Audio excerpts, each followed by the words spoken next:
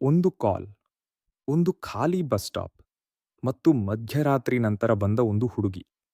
ಈ ಘಟನೆ ಕರ್ನಾಟಕದಲ್ಲೇ ನಡೆದದ್ದು ಎಂದು ಹಲವರು ಹೇಳುತ್ತಾರೆ. ಆದರೆ ಇದರ ಸತ್ಯ ಯಾರಿಗೂ ಸಂಪೂರ್ಣವಾಗಿ ಗೊತ್ತಿಲ್ಲ. ಮಂಗಳೂರು ಹತ್ತಿರದ ಒಂದು ಗ್ರಾಮ. ಅಲ್ಲಿ ರಾತ್ರಿ 11 ಗಂಟೆಯ ನಂತರ ರಸ್ತೆಗಳು ಸಂಪೂರ್ಣ ಖಾಲಿಯಾಗುತ್ತವೆ. ಕಾಡು, ಮಳೆ, ಮಂಜು ಮತ್ತು ದೂರದಲ್ಲಿ ಕೇಳುವ ನಾಯಿಗಳ ಶಬ್ದ. ಆ ರಾತ್ರಿ ರಾಹುಲ್ ಎಂಬ ಯುವಕ ತನ್ನ ಬೈಕ್ನಲ್ಲಿ ಮನೆಗೆ ಹೋಗುತ್ತಿದ್ದ. ಸಮಯ ಸುಮಾರು 12:30. ಮಳೆ ಸ್ವಲ್ಪ ಬರುತ್ತಿತ್ತು. ರಸ್ತೆ ಮೇಲೆ ಯಾರೂ ಇರಲಿಲ್ಲ. ಅಚಾನಕ್ ಅವನ ಮೊಬೈಲ್ಗೆ ಒಂದು ಕಾಲ್ ಬಂತು. ಅಪರಿಚಿತ ಸಂಖ್ಯೆ. ಮೊದಲಿಗೆ ಅವನು ಇಗ್ನೋರ್ ಮಾಡಿದ. ಆದರೆ ಮತ್ತೆ ಅದೇ ಕಾಲ್. ಕೊನೆಗೆ ಅವನು ಕಾಲ್ ರಿಸೀವ್ ಮಾಡಿದ. ಆದರೆ ಅತ್ತ ಬದಿಯಲ್ಲಿ ಯಾರೂ ಮಾತನಾಡಲಿಲ್ಲ. ಕೆಲವು ಸೆಕೆಂಡುಗಳ ನಂತರ ಒಂದು ಹುಡುಗಿಯ ಧ್ವನಿ ಕೇಳಿಸಿತು. ದಯವಿಟ್ಟು ನನ್ನನ್ನು ಉಳಿಸಿ.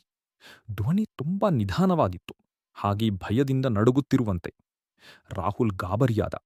ಯಾರು ನೀವು ಎಂದು ಕೇಳಿದ. ಆದರೆ ಕಾಲ್ ಸಡನ್ಲಿ ಕಟ್ಟಾಯಿತು. ಅವನು ಸ್ವಲ್ಪ ಭಯಪಟ್ಟರೂ ಬೈಕ್ ಮುಂದಕ್ಕೆ ಓಡಿಸುತ್ತಿದ್ದ.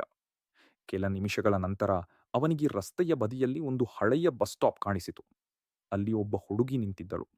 ಬಿಳಿ ಡ್ರೆಸ್, ತುಂಬಾ ಒದ್ದೆಯಾದ ಕೂದಲು, ತಲೆ ಕೆಳಗಡೆ. ರಾಹುಲ್ಗೆ ಅಷ್ಟರಲ್ಲೇ ಆ ಕಾಲ್ ನೆನಪಾಯಿತು. ಅವನು ಬೈಕ್ ನಿಧಾನವಾಗಿ ನಿಲ್ಲಿಸಿದ. ನಿಮಗೆ ಹೆಲ್ಪ್ ಬೇಕಾ ಎಂದು ಕೇಳಿದ. ಆ ಹುಡುಗಿ ನಿಧಾನವಾಗಿ ತಲೆ ಎತ್ತಿದಳು. ಆದರೆ ಅವಳ ಮುಖ ಸ್ಪಷ್ಟವಾಗಿ ಕಾಣಲಿಲ್ಲ. ಮಂಜು ಮತ್ತು ಕತ್ತಲೆ. ಅವಳು ಒಂದೇ ಮಾತು ಹೇಳಿದಳು. ಬಸ್ ಬರೋದಿಲ್ಲ. ರಾಹುಲ್ ಗಾಬರಿಯಾದ. ಈ ಸಮಯದಲ್ಲಿ ಇಲ್ಲಿ ಏಕೆ ನಿಂತಿದ್ದೀರಿ ಎಂದು ಕೇಳಿದ. ಆದರೆ ಅವಳು ಉತ್ತರ ಕೊಡಲಿಲ್ಲ. ಕೆಲವು ಸೆಕೆಂಡ್ಗಳ ನಂತರ ಅವಳು ನಿಧಾನವಾಗಿ ಕೈ ಎತ್ತಿ ರಸ್ತೆಯ ಮುಂದಿನ ಕಾಡಿನ ಕಡೆ ತೋರಿಸಿದಳು. ಅಲ್ಲಿ ಎಂದು ಹೇಳಿದಳು. ಅವಳ ಧ್ವನಿ ವಿಚಿತ್ರವಾಗಿತ್ತು. ರಾಹುಲ್ಗೆ ಭಯ ಶುರುವಾಯಿತು. ಅವನು ಅಲ್ಲಿ ಹೊರಡಬೇಕು ಎಂದು ಯೋಚಿಸಿದ. ಆದರೆ ಅವನ ಮೊಬೈಲ್ ಮತ್ತೆ ರಿಂಗ್ ಆಯಿತು. ಅದೇ ಅನ್‌ನೋನ್ ನಂಬರ್. ಅವನು ಫೋನ್ ನೋಡಿದ. ಮತ್ತೆ ಮೇಲೆ ನೋಡಿದಾಗ ಆ ಹುಡುಗಿ ಅಲ್ಲಿ ಇರಲಿಲ್ಲ. ಸಂಪೂರ್ಣ ಖಾಲಿ ರಸ್ತೆ. ರಾಹುಲ್ ಬೆಚ್ಚಿ ಬಿದ್ದ. ಅವನು ತಕ್ಷಣ ಬೈಕ್ ಸ್ಟಾರ್ಟ್ ಮಾಡಿ ಅಲ್ಲಿಂದ ವೇಗವಾಗಿ ಹೊರಟ. ಆದರೆ ಕಾಲ್ ಇನ್ನೂ ಬರುತ್ತಿತ್ತು. ಕೊನೆಗೆ ಅವನು ರಿಸೀವ್ ಮಾಡಿದ. ಈ ಬಾರಿ ಅದೇ ಧ್ವನಿ, ಆದರೆ ತುಂಬಾ ಹತ್ತಿರದಿಂದ. ನೀವು ಯಾಕೆ ಹೋಗಿಬಿಟ್ಟಿರಿ? ರಾಹುಲ್ನ ಕೈಗಳು ನಡುಗಲು ಶುರುವಾಯಿತು.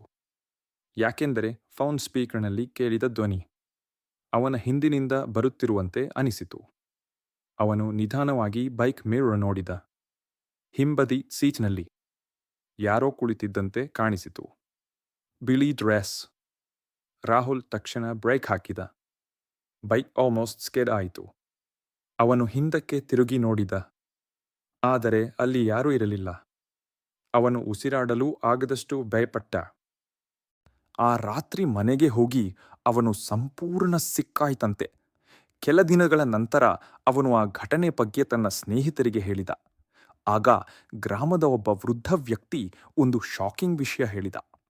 ಕೆಲ ವರ್ಷಗಳ ಹಿಂದೆ ಅದೇ ಬಸ್ ಸ್ಟಾಪ್ ಹತ್ರ ಒಂದು ಆಕ್ಸಿಡೆಂಟ್ ಆಗಿತ್ತಂತೆ.